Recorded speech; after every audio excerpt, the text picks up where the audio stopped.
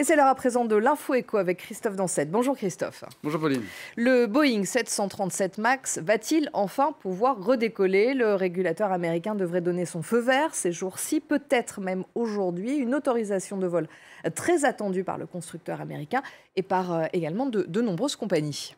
Oui, car le 737 MAX est cloué au sol maintenant depuis 20 mois, depuis mars 2019, à la suite de 2 crashs successifs pour des 737 MAX en Indonésie puis en Éthiopie, qui au total ont coûté la vie à 346 personnes. Les enquêtes avaient démontré à ce moment-là un dysfonctionnement du système anti-décrochage de l'avion. Depuis, le redémarrage a été beaucoup plus long que prévu, avec pour résultat que près de 400 avions sont immobilisés dans le monde. Pour Boeing, ça a été une catastrophe. Oui, parce que le 737 MAX, c'est vraiment l'avion phare du constructeur, la dernière génération des moyens courriers. 387 avaient déjà été livrés en 2019, mais le groupe comptait plus de 4000 commandes. Cela représente environ 80% du carnet de commandes du constructeur américain. Alors vous comprenez donc pourquoi c'est si important pour Boeing. D'ailleurs, le constructeur américain a évidemment connu une année 2019 terrible, dépassée par son concurrent européen Airbus dans tous les domaines ou presque, pour la première fois depuis 2011. Alors Christophe, pour que l'on comprenne bien, si le régulateur américain donne son feu vert aujourd'hui, est-ce que cela signifie que les compagnies aériennes vont pouvoir réutiliser ces appareils dès demain ?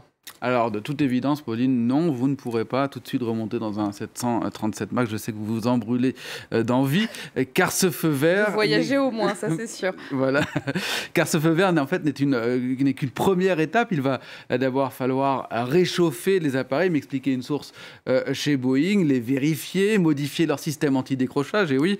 Et puis, il va falloir aussi former à nouveau tous les pilotes. Bref, ce processus devrait prendre encore un peu de temps. Et d'ailleurs, plusieurs compagnies aériennes américaines comme Southwest ou encore United ne prévoient pas de vols commerciaux à bord de leur 737 MAX avant l'année prochaine. En revanche, American Airlines a d'ores et déjà prévu une liaison le 29 décembre prochain. Donc c'est presque demain, c'est dans un peu plus d'un mois, à confirmer tout de même. Et puis il faudra encore attendre un peu pour voir un 737 MAX au-dessus de notre tête ici en Europe, puisque la certification de l'appareil ne dépend pas pour l'Europe du régulateur américain, mais du régulateur européen, qui pourrait néanmoins lui aussi donner son feu vert rapidement. De toute façon, vu le contexte sanitaire actuel, les compagnies sont peut-être un petit peu moins pressées et font voler de toute façon beaucoup moins d'avions. En Europe, notamment, le trafic aérien commercial a baissé de 86%. Les aéroports ont enregistré 1,5 milliard de passagers en moins depuis le début de l'année par rapport à l'année dernière. Alors pour Boeing, évidemment, ça n'arrange pas du tout les choses, puisqu'après cette année 2019 catastrophique, l'année 2020 est pire encore. Un chiffre d'affaires du groupe qui a baissé de 27% sur les 9 premiers mois de l'année. Le constructeur a brûlé près de 15 milliards de dollars depuis janvier.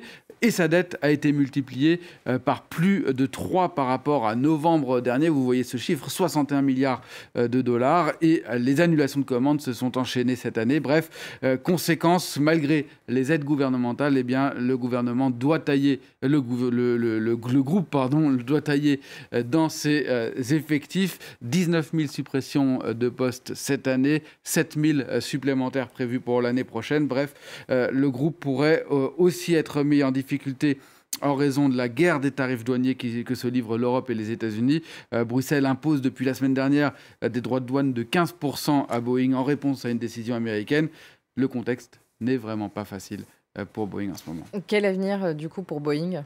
Alors, si le paysage est sombre pour cette année, les perspectives ne sont paradoxalement pas si mauvaises. D'abord, le groupe américain est plus optimiste que de nombreux analystes et prévoit un retour de trafic normal passager d'ici 2023-2024. Et puis, il table sur une augmentation régulière des voyages à partir de cette date, à tel point que le nombre d'appareils en circulation devrait doubler en 20 ans, selon les prévisions publiées le mois dernier. Les compagnies malgré leurs difficultés, seront incités à commander de nouveaux avions, tout simplement parce que ces nouveaux avions sont moins gourmands en carburant et donc moins chers à l'exploitation. Et ce serait aussi une bonne nouvelle pour un certain nombre de fournisseurs de Boeing en France, puisque, ne l'oublions pas, Boeing fait appel à plusieurs entreprises françaises, et notamment pour ces 737 MAX, parmi elles Safran, Saint-Gobain ou encore Michelin, des entreprises qui sont en grande souffrance, évidemment à cause du 737 MAX, mais aussi de manière générale à cause de la crise du Covid-19. Merci Christophe, c'était l'info éco.